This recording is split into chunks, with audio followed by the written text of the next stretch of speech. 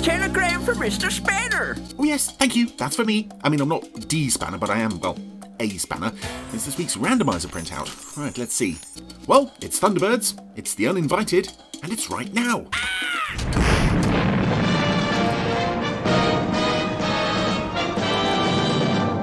Well, what a surprise to be back with Thunderbirds at last. I'm just scrolling back through the list to see when was the last time we actually had any Thunderbirds, and that was, I think, Pod 46 with Security Hazard.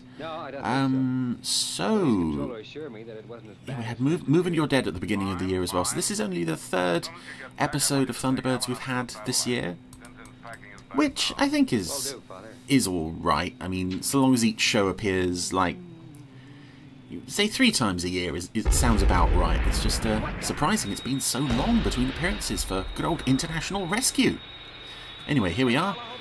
And Scott Tracy is in trouble already. He's being shot at by some naughty people in some naughty planes. I'm under attack from 3 unidentified aircraft and taking evasive action. I'm gonna fly around a bit. Oh, that actually worked. The enemy plane didn't follow him. Oh, that one did. And they're going down. Ooh. Nose up, Scott. Nose up.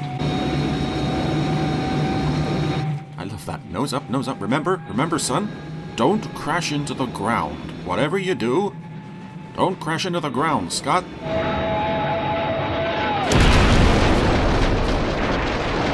Now, Scott, what did I just say about crashing into the ground? Oh, dear. Oh, Mr. Tracy, how terrible. What can have happened? And that's where, if you know your Thunderbirds, I should explain. I'm watching this on the Japanese Blu-rays, and for that shot of Tintin climbing out of her chair, or being lifted out of her chair by a puppeteer, you could always see the puppeteer's hand at the bottom of the screen. On this version, they've just trimmed that out. They haven't zoomed in on the image or anything. They've just trimmed that section of the bottom of the frame off, and as nice as this version of the show looks, Base. Well, Thunderbird 1. I always hate it when there are restorations of shows like this, and there's always that moment where someone else has decided that actually this, which has always looked this way, should now look like this. You know, to me, there's a very clear line between restoration and just changing things for the sake of it, and it always bugs me, that kind of thing. Feeling someone else's fingerprints on a show that was made 40, 50 years ago. It's like, no, I know best. No, just leave it, And I know that hand thing is very, very obvious. 5,000 miles from base. But, you know, it's part of the show. Ow! Some crack I got. He's bleeding quite badly, Scott, from his head there, and it's always quite well, not shocking, because, you know, I've sat through enough of Captain Scarlet and Joe 90 to get used to the sights of puppets bleeding, but it's always strange in the world of Thunderbirds to see blood. I'm not sure when. There's another thing I'd like to find out. When was the first sight of blood in any of these shows? Scott was on his way back from the Tokyo fire when he was. I'd assume it would have to be Four Feather Falls, maybe at some point. Although obviously there would have been a lot of bloodshed in the world of Torchy, but they can never show that. Virgil, there's not a moment to lose. Off you go. Right, Father. I heard that, Mr. Tracy. I've selected the pod we shall need. What, you have special rescuing Scott from the desert equipment? Okay. I can go with that. Some mystery, this, Father. Yes, son. Maybe a desperate situation, but Brains has, of course, remembered to bring along his nifty little desert adventuring hat. Oh, excuse me, Alan. I just thought I heard a signal. Oh, it's moments like that really. I could figure what had happened to him.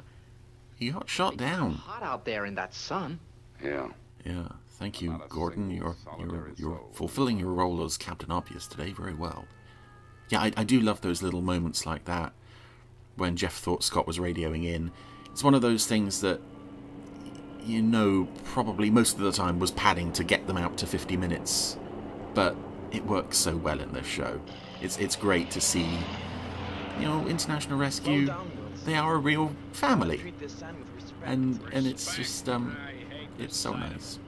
I'm fed up to the back teeth with this lousy expedition. You wanted to come on the trip. I must have been crazy.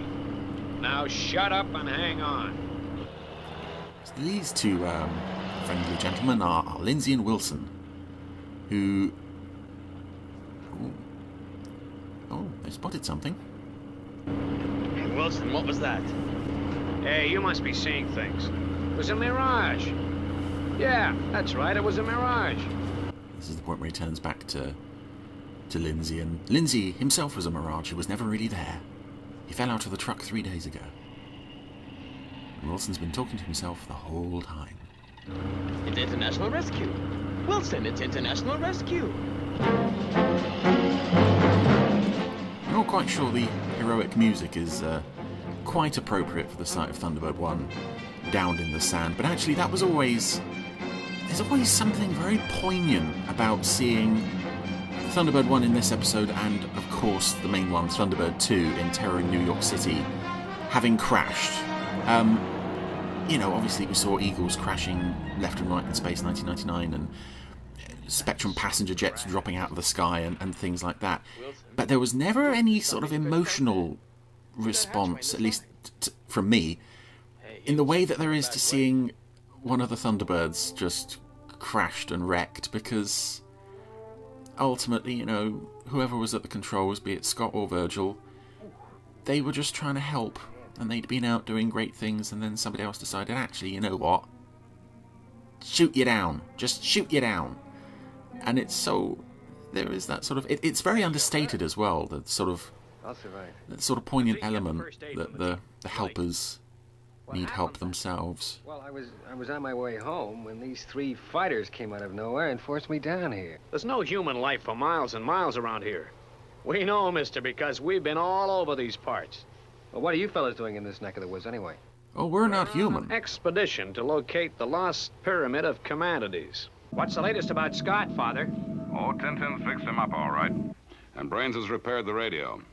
It got smashed during the skirmish with those fighters. What's Jeff holding? ideas who they might have been, Father? No, John, He's it's a holding real a document mystery. with a... I'm going to have to report it. official report. Okay. I guess he doesn't have to do It's got his official satellite report written on it with the words in very Well, John, we'll very see sort of when they get home. Right now, they're settling down casual. for the night. well, not casual, but sort of elegant font. It's quite sweet. Gee, that apple pie you brought out was good, Tintin. Is there any more? No, Scott. You scoffed a lot. Oh yeah, that's the primary food source on Tracy Island. Apple pie. You probably have a whole hanger full of apple pie that Grandma just keeps making, because it was all they ever seemed to eat on this show. How about some more of that coconut crumble, Scott? Oh, gee, no thanks. God, Grandma's got a two-tier trolley full of food. Say, Scott, have you any idea where those fighters might There's cakes and biscuits and, of course, pie. Okay, that's enough questions for the time being. I guess Scott can take it that we're glad he got home safe. Well, I've got you all as... Scott, take it as read that we're glad to see you and we don't have to say it. Just imagine them finding you in all that expanse of desert.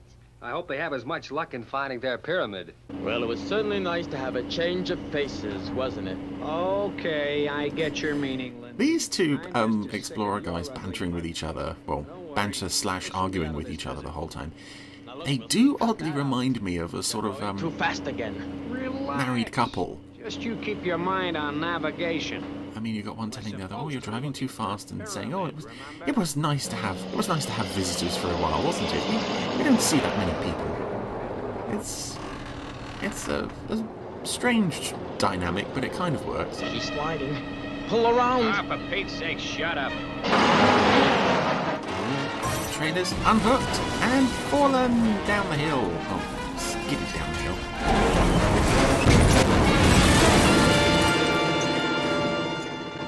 You stupid fool. I knew this would happen.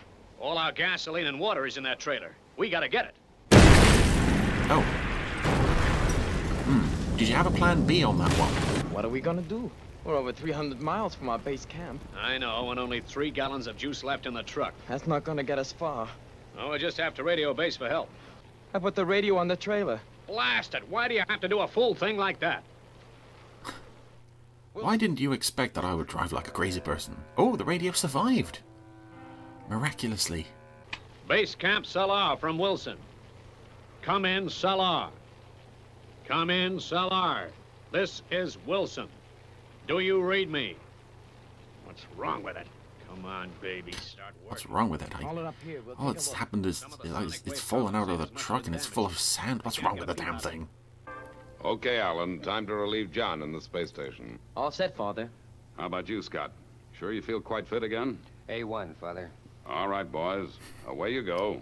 So this is literally the first thing you ask somebody to do, like a day or two after a massive head injury. Just get them to fly a space rocket. And this is the only episode, and I think I've waffled over that bit, that says that Scott takes turns as space monitor on Thunderbird 5, which, you know, traditionally we've only ever seen shared between Alan and John. And I always thought that was a kind of strange inclusion in this episode. I sometimes think that maybe they just mentioned that to sort of take advantage of Scott's concussion. It's like, oh, he's not feeling too well. What jobs can we get him to do? Scott, you spend a month in space every so often. That's it. So I don't have to. Give him a bit more to do than sitting behind his mobile control desk telling people what to do. Anyway, we're now getting the glorious. Take up launch positions. Thunderbird 3 launch sequence. And yeah, those goofy little figures on the model set, they look so silly in HD. To be honest, they didn't look that good in SD, but anyway, hope you like stock footage from Sunprobe, including Alan miraculously changing his shirt. That is something to admire actually about Thunderbirds, is as great as the launch sequences are, you know, once you've seen them a few times and then they come up again, you know that you can sort of, you know, take a moment to just grab a drink or go to the bathroom or something, and you can come back and it'll still be rolling out. Which way do you want to go? That's a fool question. Always there's just sand and more sand. Yeah, but they have water holes in the desert. And I just found me one. 40 miles due north. Let's go. Keep working on that radio. So Wilson and Lindsay have hatched a plan. They seem to have patched things up for now. I'm sure Lindsay will mention the whole trailer destruction thing when they're in bed together later. They are so sweet as a little married couple. Yep, headcanon, I've decided they're married. Nobody's gonna tell me otherwise. I was figuring maybe it was the two archaeologists who found Scott. They've been trying to reach their base camp. Okay, John. I'll keep watch. See ya. Oh, just go away, John. Nobody needs you. Oh, and I like John, and I don't understand why Jerry didn't. He's a good guy as John, and it's so sad that he's always up there with no one to talk to. This heat, it's unbearable. I'll go crazy. Take it easy, will you? Say, look out there. And that's Lindsay's gonna be Lindsay's catchphrase for this episode. I'll go crazy. The water hole. You found it. By Jingo Wilson, you found it. Take a look at that dad-blamed hole. Take a good, long, hard, gall-darn look. Why, what's wrong? Take a long, hard, gosh darn, zip, zang, yibbity bang, whoop, whoop, whoop. There's another thing that was always quite fun about these shows. Old-timey American-sounding slang. No, it can't be. There's gotta be water. We'll die. Wilson, you gotta do something. We can't just give in. I'll go crazy. Hold on, Right. Lindsay. Aside from another bout of I'll go crazy, I noticed that behind Wilson, Then we'll try to reach someone else. at Lindsay even, there was a clipboard I got a crazy idea in my head. Maybe it'll work. with some notes on it, and at the very top of the page was written the word Pop Kiss. Remember what Tracy said. So that's a reused piece of supercar stuff, evidently. Okay, then. That's interesting. Yeah, it's a yellow sheet of paper, squared paper with a red lines on a graph. Something from Supercar. How unusual. International Rescue receiving you. What is your position? Come in, please. International Rescue. This is International I like that. Rescue. We're in Can trouble. you We need hear me? water. And obviously it is a very serious situation, but it does sort of sound like international rescue. You know, when you hear stories about people who get drunk and phone the police to deliver takeaway or something, it almost sounds like that. I imagine international rescue must have to deal with quite a few crank calls. John probably listens to all of them because, let's face it, there isn't much else to do. I mean, he's back on Earth now, but that's probably the last we'll see of him for this episode. Father, I've just received a distress call from the Sahara Desert, direct to International Rescue. I think it was from those two guys who helped Scott after he was shot down. They kept saying they were dying of thirst, and then the call faded out. Can you play back the message? Maybe I could recognize the voice. Sure thing, coming up. Calling International Rescue. Come in, please. Do you read me? International Rescue. Can you help us? That's the guy, all right. I love how they need Virgil to confirm that, even though John dealt with their distress call and their call when they found Scott. So his expertise, his opinion, they don't count for anything. So that's it. Thunderbird 1 is now off to the rescue, and despite what I said earlier, There he goes. Yep. Well, Tintin, I only hope he gets there in time. Those launch sequences are still just... The desert without water, he can be pretty desperate. Just stunning pieces of work. We found it, boy. We found it. Yeah, it's what we came all this way to see. The lost pyramid of Commandides. You can read hieroglyphics, Lindsay. I can? But I'm going crazy. This is the great tomb of King Commandides. I can't see any door, Wilson. This place is probably solid rock. Well, there's your door. But how did it open? Say, listen. Do you hear that? Yeah, water. Come on. Now, something I didn't understand with this episode, even as a kid. So we later find out that the pyramid is under control of the naughty people who shot down Scott. With that in mind, why did they open the door to let Winzy and Lilson in? Feet along the walls. I know it's... I mean, it's potentially an easy way to kill them, just seal them in the pyramid, but if they're gonna die of exposure left outside anyway, I don't get what the... Unless it's an automatic door.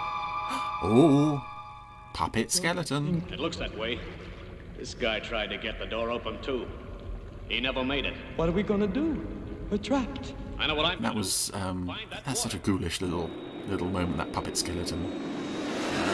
And I like as well that it doesn't look like a human skeleton. It looks like a Thunderbird's human skeleton, which is such a nice touch. Anyone there? It's a very nice interior set for this pyramid. Lots of statues and logos on the wall and such, and oh, there it is. The eternal fountain. Yep, just running backwards and forwards because we didn't film enough of it. And the water looks very blue. Almost as if it's not normal water. International Rescue from Thunderbird 1. I found the Jeep.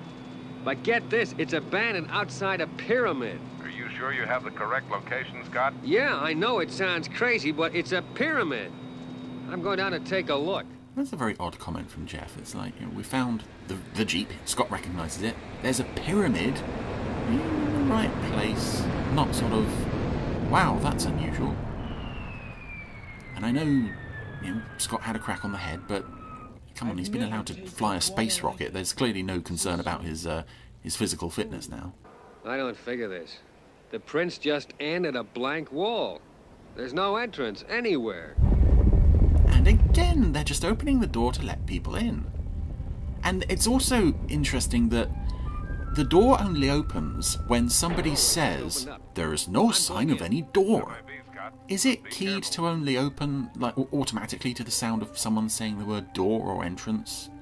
Because otherwise I can't understand why... Oh, there's that skeleton again. I can't understand why the inhabitants of this pyramid are just letting people wander in for no reason. Hey, the door! So saying, hey, the door, didn't stop the door from closing, so I guess it isn't voice activated. Mountains of treasure. If somebody could tell me why the pyramid door keeps opening to let in complete strangers, yeah, please let me know. I can't figure it at all. I don't get what the people who live under the pyramid actually get from letting strangers in. We're rich, Wilson. The richest men alive. Yeah. Yeah. Despite what I said earlier about people fiddling with the restorations of these episodes, seeing episodes like this with all this glittering, colourful treasure in full HD, they look just beautiful. Trapped. And here's Scott to help our two archaeologist pals. Hi there. International Rescue at your service. You can't fool me. You've come to steal our treasure. Now, hold on. You called us for help, and that's why I'm here. What did you shoot at him for? He's come to rescue us. No, he only wants the treasure. You're crazy. So, Don't be a fool. Lindsay has gone a bit nuts. Oh, that candle on the wall behind Scott. Needs help. You're gonna die. Again, the attention to detail on these shows, the torch on the wall has burnt like a section of the wall above it, you know, to show how often it's been used. Want it? I'll just have to blast you out. Oh, so good attention to detail on these shows. Anyway, Scott's now locked in a gun battle with Lindsay, and I always wondered... You'll have to kill me before I let you have my treasure. I assumed as a kid, and I think that's what you're meant to...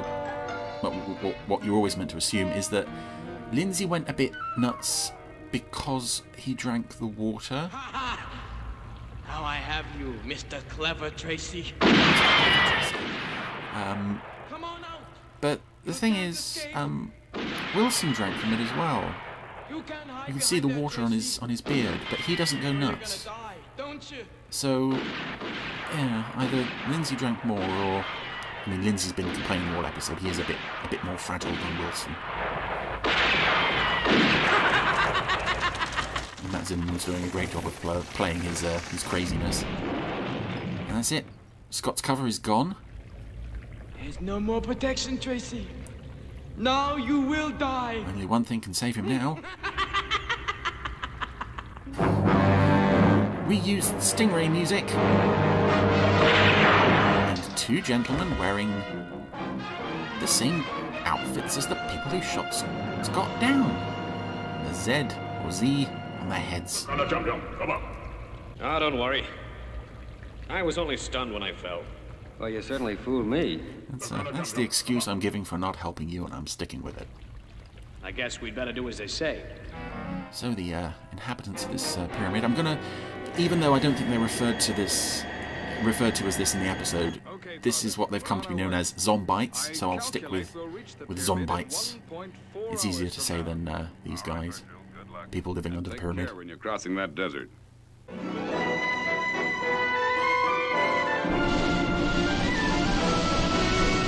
Now, Scott and the Explorers being taken, I guess, beneath the pyramid, on the underground monorail system that these guys have. And this, I think, is an episode where I think it's a really strong episode because it's so unusual, and it's not... Where are they taking us now? It's not sort of atypical for the series in the way that a lot of the later Lady Penelope spy stuff was, because it still focuses very heavily on our characters. Explosive gas, yeah. You know, they are highly lethal. You know, they're not really rescuing anybody in this episode aside from Scott and, you know, helping the two explorer guys. But they're having an adventure as part of their sort of, you know, normal routine. And I also really love the idea of a lost civilization that's not a primitive civilization. They haven't, you know, they live under a pyramid, but they've continued to progress with their technology to the extent that they have this monorail system, and they have these fighters like the ones that shot Scott down. You've just seen as we passed over their hangar bay. And they are a very cool looking and sounding set of baddies.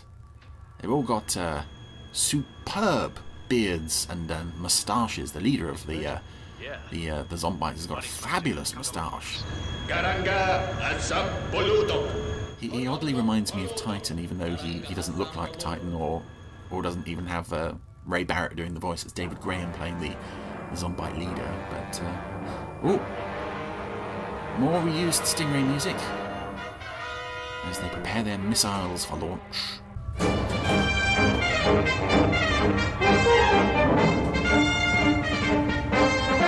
Now they're loading out their missiles, ready to open fire on Thunderbird 2.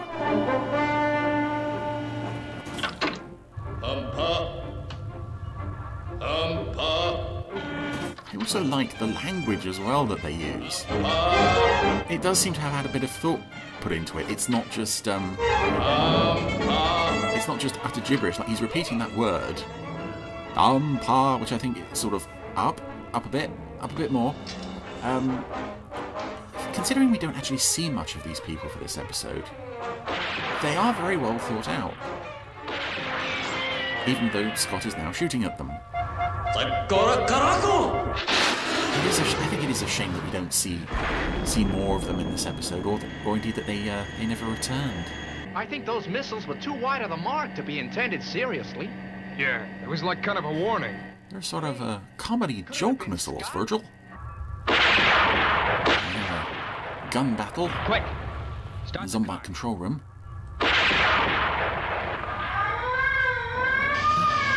It's the cat alarm! There's a cat loose! So, yeah, as much as I like the Zombites, I'm still a bit vague on their plan. Regarding, why did they take Scott and the archaeologists to the control room? I mean, Scott and the archaeologists have just staged an escape and now they're heading straight out of there. But, were they just going to kill them? Or... Again, I don't know why they let them into the pyramid.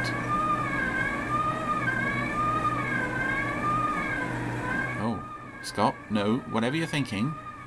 Scott, don't take aim at the gas tanks. Oh, okay. So he was going to be shot at by a Zombite technician. He shot the technician. What's going on? Keep going, Wilson. They're not going to stop us now.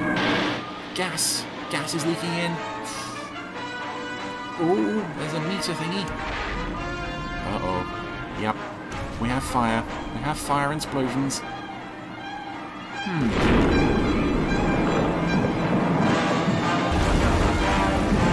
Oh, and what looked like bits of the frame that pieces of model kits would have come in, just glued to the wall. Glass protecting us from the fumes. And there's gas leak in the pyramid.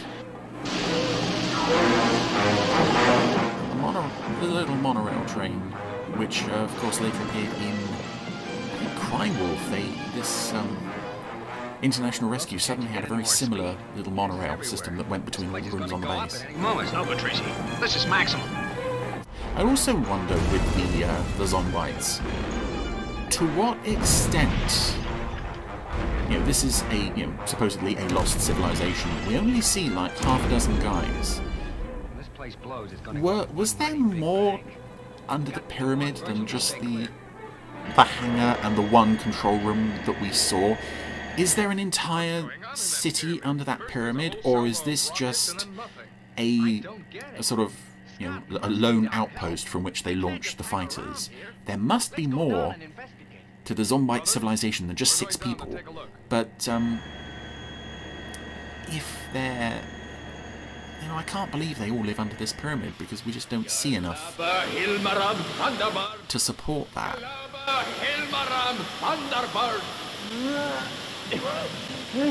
Having trouble breathing, the gas is getting into the control room now. What a shame they only had one monorail car, because they have absolutely no way of pursuing Scott and the archaeologists now. What's going on? You've wakened out a moment too soon, Lindsay. In a couple of minutes, you're going to have to run for your life like you've never run before. By the way, are we still enemies? I don't know. You seem okay now. Yep, Lindsay's back to his old old self. Oh, and the poor Zombites are having some fairly dramatic acting moments as they all pass out from the gas leak. Let's get out of here. Now, one of the reasons I prefer to believe that the entire Zombite civilization can't live under this one pyramid is because of what's about to happen.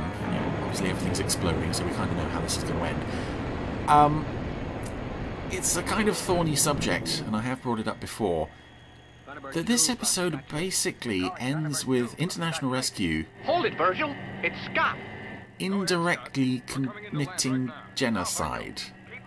If you subscribe to the theory that the entire Zombite civilization is under this one pyramid, then, you know, Scott, even though it was an accident, Scott, you know, his shot sort of, you know, his little gunfight sort of set off a lot of fires and explosions in the pyramid, which is going to wipe out everybody living in it. I don't know about you, but I personally don't believe that genocide, be it accidental or deliberate, is quite in keeping with the sort of international rescue ethos of saving people from dying.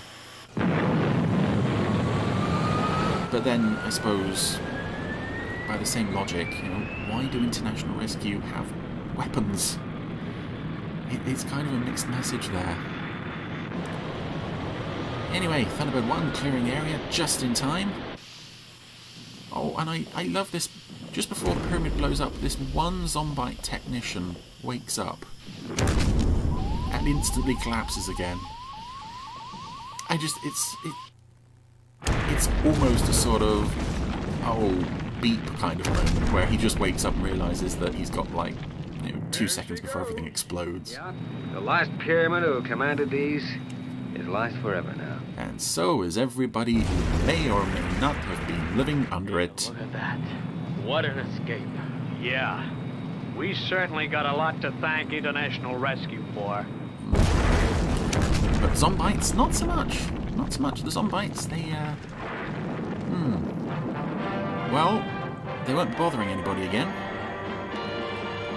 But, I don't know. Was that an accidental genocide? I'm really not sure, because it's not really clear if that was the entire civilization or just a little small outpost. Anyway, that was The Uninvited, and it's always been one of my favourite episodes of the show, because, as I said, it is something so different, it's so unusual, and it's not the kind of thing you'd expect the show to try to do, sort of lost civilization story. And the fact that they pulled it off so well is just again, it's the attention to detail on the interior sets and the atmosphere of the thing. It's certainly one of the earliest episodes where the padding doesn't really feel like padding, because I assume the original cut was just the explorers get trapped in the pyramid and International Rescue go out and save them. But with the Scott bit at the beginning, we get a bit more time with Scott, we get a bit more time with the archaeologists, we get to know them all a bit better. But of course, as much as I love this episode, I wish we had more focus on the Zombites, exploring the civilization, who they were, and of course the ending with them all being wiped out, possibly, doesn't quite sit right with International Rescue's core message. But otherwise, a really good, one of my favourite episodes of Thunderbirds.